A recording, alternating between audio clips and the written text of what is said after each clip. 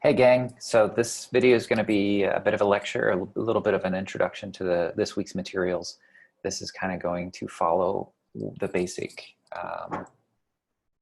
design and trajectory that most of the weeks is going to cover. So let me go ahead and share the lecture PowerPoint here. There we go. Hopefully this will work correctly.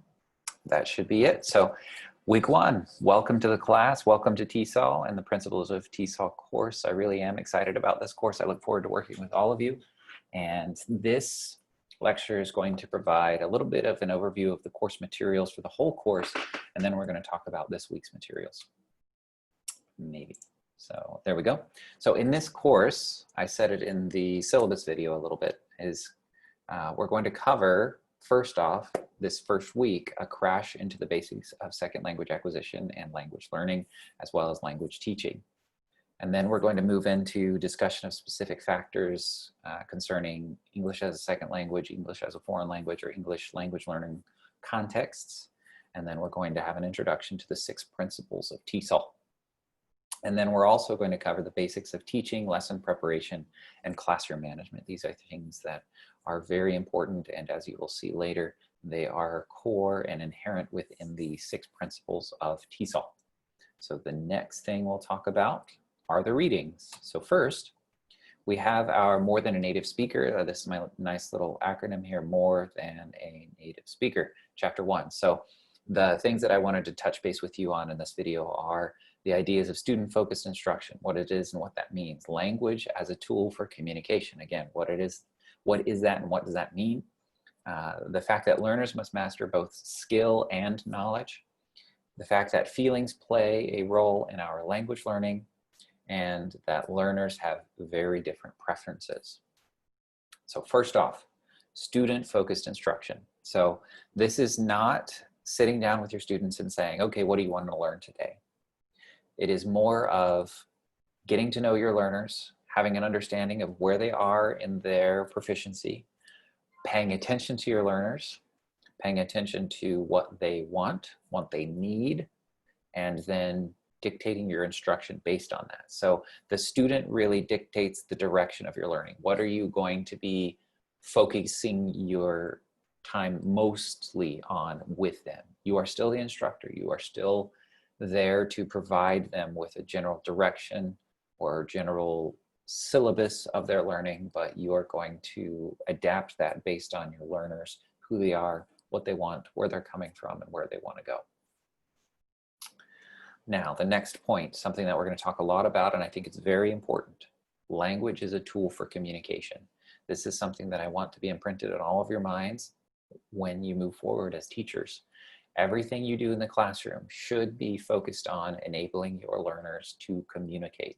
Can they take what you do in the classroom and apply it in some shape or format into the world outside of the classroom? So this brings up questions, things like drills. So repeat after me kinds of things, saying like, take this tense now, change it from present to past tense. Are these necessary? Many would argue that they're not. They can fill a role, however. So you as the teacher need to be the one that needs to be aware of how this can help your learners. Grammar memorization, memorizing all of these grammar rules. I, myself as a teacher, I am not super keen on coming in and teaching a lot of grammar rules. However, I have and will teach grammar courses with more advanced learners as both students expect it and they want it. And sometimes it can be helpful, especially, as I said, when they're getting more and more advanced. So again, I just want to emphasize that you need to help your learners learn to do things with the language. What I mean by do things means, can they express themselves? Can they understand what other people say to them? So not so much on how things are said, but getting their message and meaning across. Those are the most important aspects of language teaching.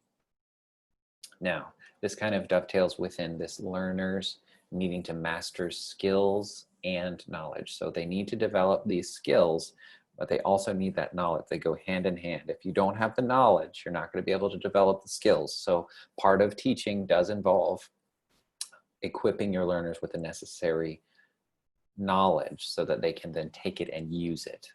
But there are different ways to do that. We'll cover that more later in the course, but both of those are vitally, vitally important. Many times you'll find in traditional, quote unquote, traditional classrooms that it's very knowledge focused. We need to teach you about the language. We need to teach you, how do you say I versus you? Now, you cannot speak the language if you don't have that knowledge. That's true, but you need to take that next step.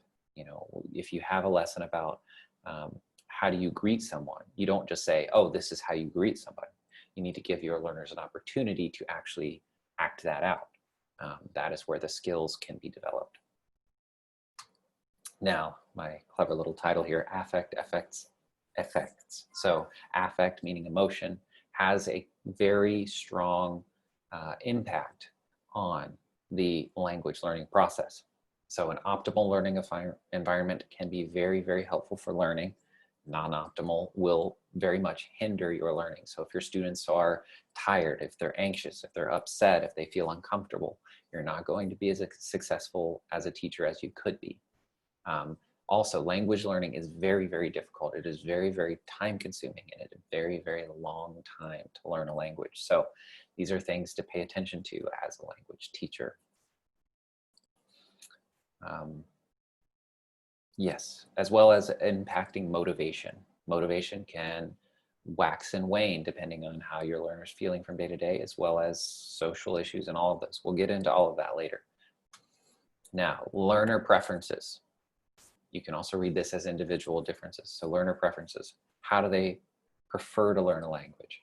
What would they like for you as an instructor to do? You need to pay attention to these things. Again, don't let them decide everything that you do, because you, again, are the instructor. You have the knowledge and understanding of what a learner needs to be successful. However, you do need to pay attention to what they want, and it's a little bit of a give and take. Also, things that impact learners are their age, their learning style, as well as a learner's social class, their race, ethnicity, nationality, sex, gender, sexuality. All of these things play a major role in the language learning process, and these are all things that should be taken into account when considering your approach in the individual classroom. All right, so we've covered the More Than a Native Speaker reading. In the next video, I'm going to dive into the Seville Troika Foundations of SLA Reading. Hope you've enjoyed this. We'll see you in the next one.